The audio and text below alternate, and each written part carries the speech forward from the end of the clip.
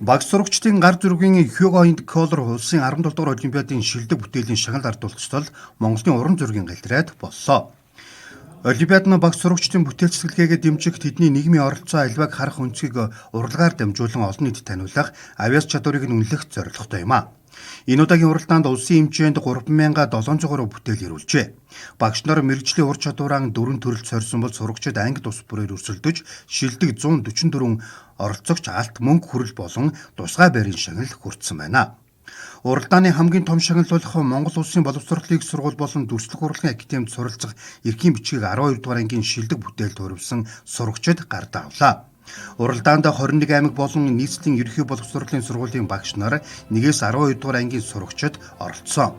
Засгийн газрын хэрэгжүүлэгч агентлаг, соёл урлагийн газар, Монголын уран зургийн галерей, Hugo and Color төв болон боловсрол урлагийн чиглэлийн 13 байгууллага хамтран зохион байгуулжээ.